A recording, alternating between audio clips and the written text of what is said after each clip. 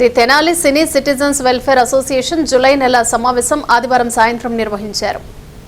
పట్టణ చెంచుపేట అమరావతి కాలనీలోని ఎన్టీఆర్ కమ్యూనిటీ హాల్లో జరిగిన సమావేశానికి అసోసియేషన్ అధ్యక్షుడు గుమ్మడి నారాయణరావు అధ్యక్షత వహించారు. జూలై నెలలో జన్మించిన సభ్యులను సత్కరించారు. ముఖ్య అతిథిగా ప్రముఖ ఆయుర్వేద వైద్యులు డాక్టర్ ఆళ్ల నాగిరెడ్డి పాల్గొన్నారు. డాక్టర్ ఆళ్ల నాగిరెడ్డి ఆయుర్వేద వైద్యం ప్రాముఖ్యత ప్రయోజనాలను సభ్యులకు వివరించారు. సాధారణ వైద్య సమస్యలకు ఆయుర్వేద మందులను సభ్యులకు ఉచితంగా పంపిణీ చేశారు. సమావేశంలో కార్యదర్శి కావూరి నాగేశ్వరరావు సభ్యులు పాల్గొన్నారు.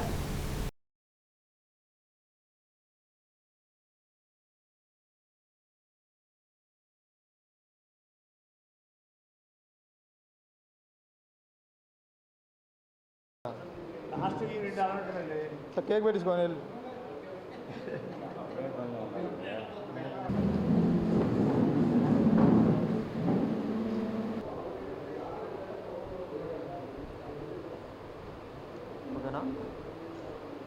ఇప్పుడు ఈనాటి సమావేశాన్ని తెనాలి సీనియర్ సిటిజన్స్ అసోసియేషన్ యొక్క కార్యవర్గ సభ్యులు ఎవరైతే ఉన్నారో అధ్యక్షుడు గుమ్మడి నారాయణరావు, వైస్ ప్రెసిడెంట్ రాంబాబు గారు, సెక్రటరీ కావూరి నాగేశ్వరరావు గారు, ట్రెజరర్ మల్లికార్జునరావు గారు, జాయింట్ సెక్రటరీ రామినేని భుజంగరావు గారు నిర్వహించడం జరిగింది. ఈనాడు సమావేశానికి మేము అమరావతి కాలనీలో ఆయుర్వేద వైద్యశాలను నిర్వహిస్తున్నటువంటి డాక్టర్ ఆళ్ల నాగిరెడ్డి గారిని ముఖ్య అతిథిగా పిలవడం జరిగింది. వారి రోజున సభను ఉద్దేశించి చక్కని ప్రసంగాన్ని వారు అందజేశారు. అవగాహన కార్యక్రమం మాకు కలుగజేశారు.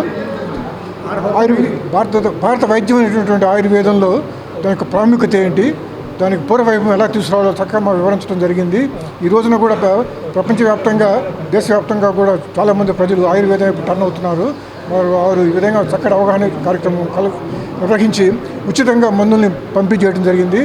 వారు భవిష్యత్తులో కూడా సీనియర్ సిటిజన్స్ ఎవరు వారి క్లినిక్ వచ్చినా కూడా ఉచితంగా వారు వైద్య సలహాలు ఇవ్వడానికి వారు ముందు రావడానికి చాలా హృదయపూర్వకంగా వారిని మేము ధన్యవాదాలు తెలియజేస్తున్నాము. పాత చేష్టమే చెప్పారు ఆయుర్వేదంలో.